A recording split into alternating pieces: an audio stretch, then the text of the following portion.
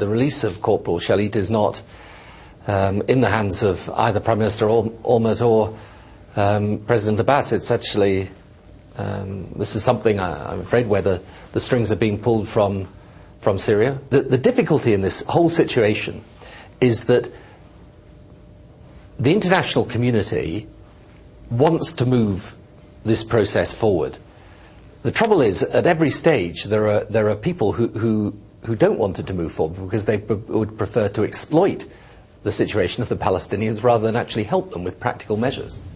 For me, it's so important, this global threat that we face, that has come out of this region, really, but being exported now right round the world. And I see a very direct link between extremism back in my own country and some of the extremism out in this region. And I think we just have to hold very firm and very strong with those people who, in the end, believe in democracy and in freedom and in tolerance. And, you know, yes, there had to be a solution for the Lebanese crisis, but it had to be one that didn't put Hezbollah back in charge of the south of Lebanon rearming. I think a big mistake is being made here. These are not conventional wars that we're fighting. They're not conventional armies. So they're not winnable? No, they are winnable, but military force can check them and can create the space in which a political solution can be found. But ultimately, you need the political solution.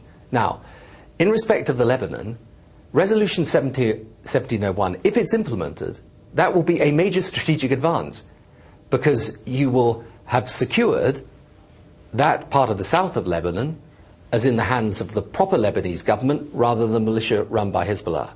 A vision for the Middle East in which there are two states, Israel and Palestine, both of whom are democratic, with Israel's security protected, with Palestine able to grow.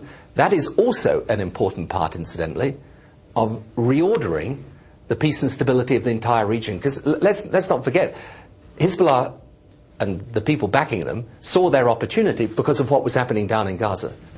Nobody I know is talking of or planning military action in respect of Iran. It is essential that Iran is not allowed to acquire nuclear weapons capability, and it is important that politically, again, we are organizing ourselves so that we isolate not the Iranian people, because the Iranian people, if they had the chance to elect their government properly, would probably elect a far more moderate government. But the comments of President Ahmadinejad about Israel, but also about the world situation, are completely unacceptable. And that's one of the reasons why it's so important the international community comes together and isolates the extremists that Iran wants to lead.